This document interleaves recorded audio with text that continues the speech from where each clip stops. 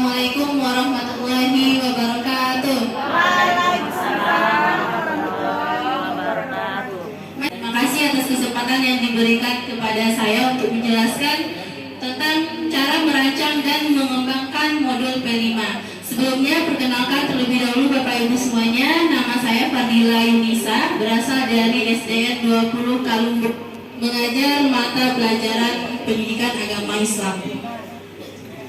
Baiklah Bapak Ibu semuanya, sekarang kita saling berbagi ya, sifatnya saling berkolaborasi tentang bagaimana cara merancang dan mengembangkan modul, karena modul ini adalah inti dari kegiatan kita.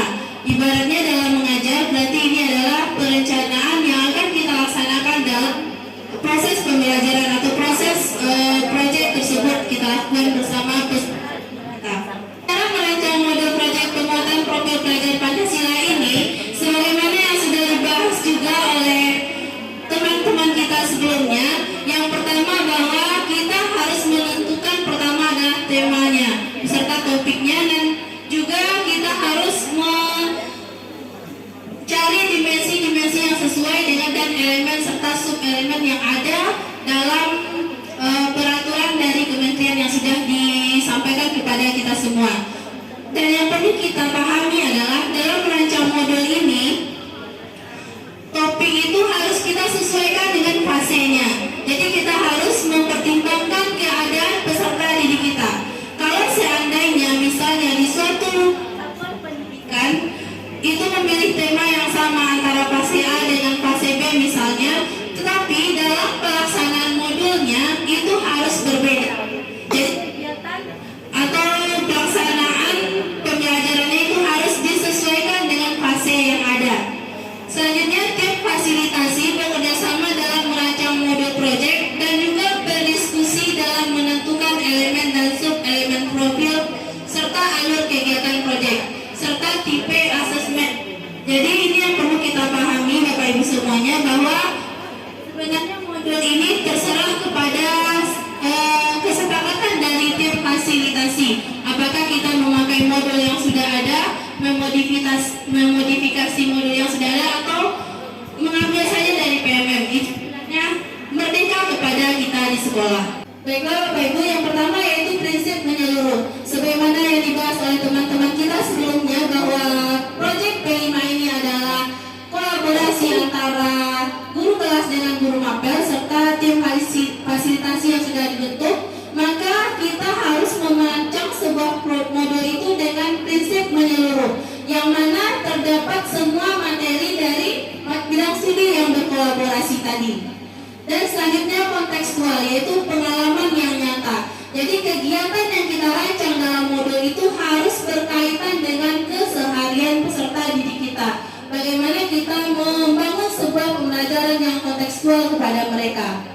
Dan yang ketiga adalah berpusat kepada peserta didik. Mungkin ini yang perlu kita pahami ya Bapak Ibu semuanya, bahwa inti dari kurikulum Merdeka adalah bagaimana kita menciptakan suatu pembelajaran yang berpusat kepada peserta didik. Jadi murid tidak lagi menjadi objek dari pembelajaran tersebut, tetapi menjadi subjeknya. Kalau dulu kita mungkin sering terbiasa mendikte atau sering terbiasa memberikan instruksi, kita berusaha dalam pengembangan modul ini siswalah yang aktif dalam melakukan pembelajaran tersebut. Itu yang dimaksud dengan berpusat kepada peserta didik.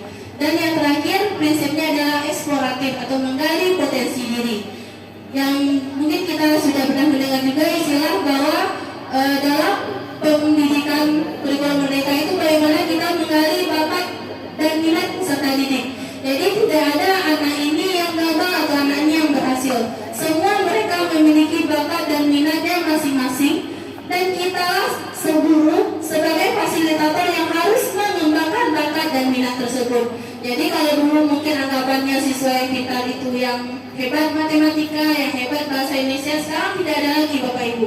Semuanya siswa kita memiliki potensi. Jadi bagaimana kita menggali dari potensi yang ada tersebut.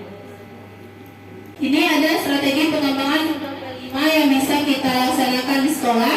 Yang pertama yaitu kepala sekolah menganalisis kesiapan sekolah kondisi dan kebutuhan peserta didik serta pendidik dalam satuan pendidikan. Jadi kita harus menganalisa dulu bagaimana keadaan sekolah kita masing-masing. Dan satu sekolah dengan sekolah yang lain itu tidak sama. Jadi kita yang tahu tentang keadaan sekolah kita. Selanjutnya, pendidik melakukan asesmen diagnosis kondisi dan kebutuhan peserta didik. Ini yang paling penting ya Bapak Ibu, sebagaimana pembelajaran yang kita lakukan di kelas.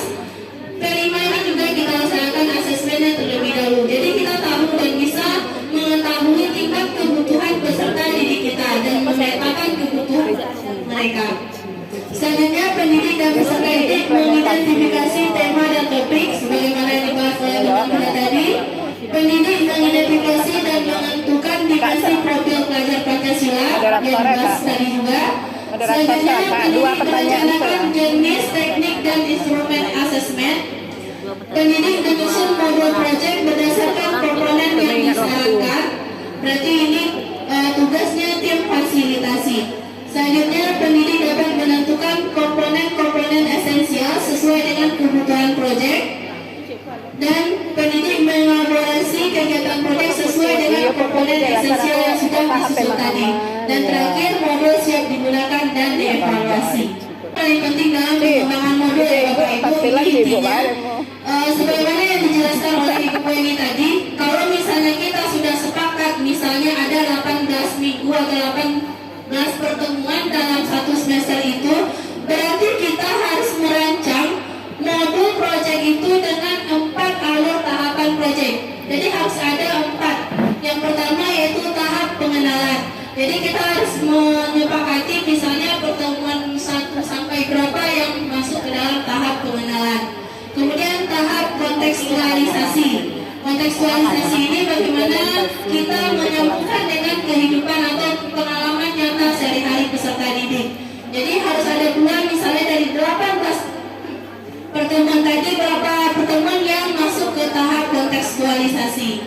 Dan selanjutnya tahap aksi. Aksi ini bagaimana kita mengeksplorasi aksi-aksi nyata yang dilakukan oleh peserta didik. Dan terakhir yaitu tahap refleksi dan tindak lanjut. Jadi harus ada 4 tahapan ini dalam 18 kali pertemuan tadi. Kemudian Bapak Ibu, ini komponen modul proyek P5. Sebagaimana mungkin modul ajar kita juga harus ada beberapa yang harus masuk dalam modul tersebut. Ada informasi umum, komponen inti, lampiran. Mungkin bisa kita lihat ada identitasnya, sarana, target, relevansi, dan yang lain-lainnya. Jadi itu harus ada dalam penyusunan proyek tersebut. Ini contoh modul proyek P5 yang kami ambil dari PMM. Berarti kita harus mencantumkan terlebih dahulu dimensi dan elemen profil P5 yang kita ambil.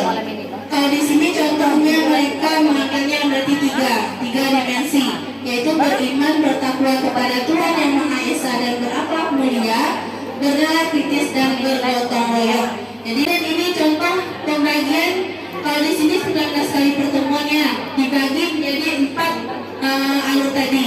Yang mana alur tahap pengenalan itu ada pertemuan 1 sampai 8. Kemudian tahap kontekstualisasi dari 9 sampai ke 12. Bisa kita lihat topik-topiknya sebagaimana yang dijelaskan oleh Ibu Atik tadi.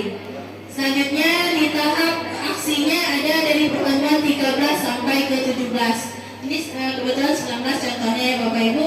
Dan refleksi dan tindak lanjutnya itu di pertemuan ke-18 dan 19.